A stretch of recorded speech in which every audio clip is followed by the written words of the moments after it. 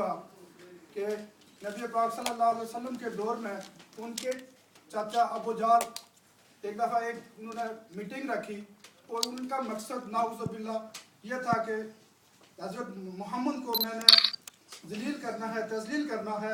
और अपना जितने भी सरदारान क़ुरैश थे उनको कहा कि मैं आज मोहम्मद को अपनी महफिल में बुलाऊँगा, इसलिए नहीं बुलाऊँगा कि उसको इज्जत दूँगा, बल्कि इसलिए बुलाऊँगा कि उसकी तज़लील होनी चाहिए। तो आप तमाम सरदारान को मैं ये बात कहता हूँ कि जब मोहम्मद हमारी महफिल में आए, आपसे न किसी ने भी उसकी इज्जत के लिए, उसकी तकरीम के लिए खड़ा नहीं होना है। और सबसे पहले नंबर पे अबू जहल खुद बैठ गए और सबको ये कह दिया, मोहम्मद जब भी महफिल में आएंगे आपने किसी में खड़ा नहीं होना है। आप सब दोस्त जानते हैं कि क़ुरैश में और मक्का में ये रवायत है कि वो मेहमान की इज्जत देते हैं और खड़े होकर बड़ी ताज़ीम से मिलते हैं। जब सरदारान क़ुरैश में ये मशवरा हो गया, अबू जहल पहले नंबर पे बैठ गया और उसने सबको मना कर दिया कि मोहम्मद जब भी आए आपने खड़ा नहीं होना है। तो जब ये बात अल्लाह पाक के दरबार में अल्लाह पाक तक पहुंची कि मेरे मोहम्मद के लिए अबू जहल कहता है कि तुमने खड़ा नहीं होना है, तो हज़रत जिब्रील अमीन को अल्लाह ताला हुक्म देते हैं, ए जिब्रील पलक झपके में जा, सबसे पहले अबू जहल के कान से पकड़ के खड़ा कर मोहम्मद के लिए। जब नबी पाक सल्लल्लाहु अलैहि वसल्लम महफिल में दाखिल होते हैं तो सबसे पहले अबू जहल खड़े हो जाते हैं, बाकी सरदार भी सब खड़े हो जाते हैं अपने सरदार की तकरीम में। मोहम्मद सल्लल्लाहु अलैहि वसल्लम जब वहाँ बैठे, बातचीत हुई गई, बाद में सब दोस्तों ने शिकवा किया, अबू जहल तूने हमें मना किया था, तुम क्यों खड़ा हो गया? उसने कहा मैं ये नहीं कह सकता कैसे खड़े हुआ, कोई चीज आई मुझे कौन से पकड़ के खड़ा किया। तो मेरे दोस्तों, अजीम मकासद के लिए जो लोग कुर्बानियाँ देते हैं उनके लिए अपनी खुशी से कोई नहीं निकलता, ये अल्लाह की राह में अल्लाह की ज़ात ही निकालती है। तो मैं बात करूँ मकबूल भट्ट पे या अपनी जमात के हवाले से, तो टाइम बहुत कम है, मैं खुद काम करता हूँ और सब दोस्त यहाँ पे काम करते हैं, इस हवाले से मैं ज़्यादा लंबी बात नहीं करूँगा। मैं इतनी सी मुख्तसर सी बात करूँगा कि मकबूल भट्ट शहीद ने जब नजरिया खुद मुख्तार कश्मीर के हवाले से अपने दोस्तों के साथ मशवरा किया, अपने दोस्तों के साथ सलाह की कि हमने कश्मीर की तहरीक के लिए, कश्मीर की आज़ादी के लिए एक नए पैटर्न पे, एक नई सोच पे, हमने नई सिम पे अपने दोस्तों को चलाना होगा। तो जब LOC पे जाके तमाम दोस्त, उस वक्त अमान साहब, उनके साथ दूसरे जो खालिद अंसारी साहब, जितने भी उनके उस वक्त ये दोस्त थे, जब सरजमीन पाक की मिट्टी हाथ में उठा के ऐद करते हैं कि ऐ वतन हम तुम पे जाने कुर्बान कर देंगे, औलादे कुर्बान कर देंगे, तो अमर साहब कहते हैं कि हम सब में जो हालत मकबूल भट्ट की थी वो किसी की नहीं थी, उनके जिस्म पे कब कपाट तारी थी, क्योंकि मकबूल भट्ट को पता था कि मैंने ये जान देनी है इस वतन पर, इसलिए उनकी जान कब कबार आई थी कि मैं ये जान इस वतन की अमानत है, मैंने इस वतन पे ये जान निछावर करनी है।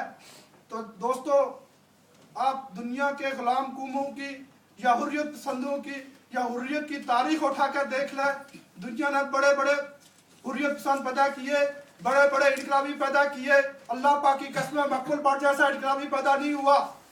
आप देखें कि 1966 में इंडिया अदालत मकबूल भट्ट को फांसी की सजा दे देती है। मकबूल भट्ट 3 महीने के बाद तहार जेल तोड़ के पाकिस्तान आ जाते हैं, जहाँ पे भी कैदोबंद की सोबतें होती हैं।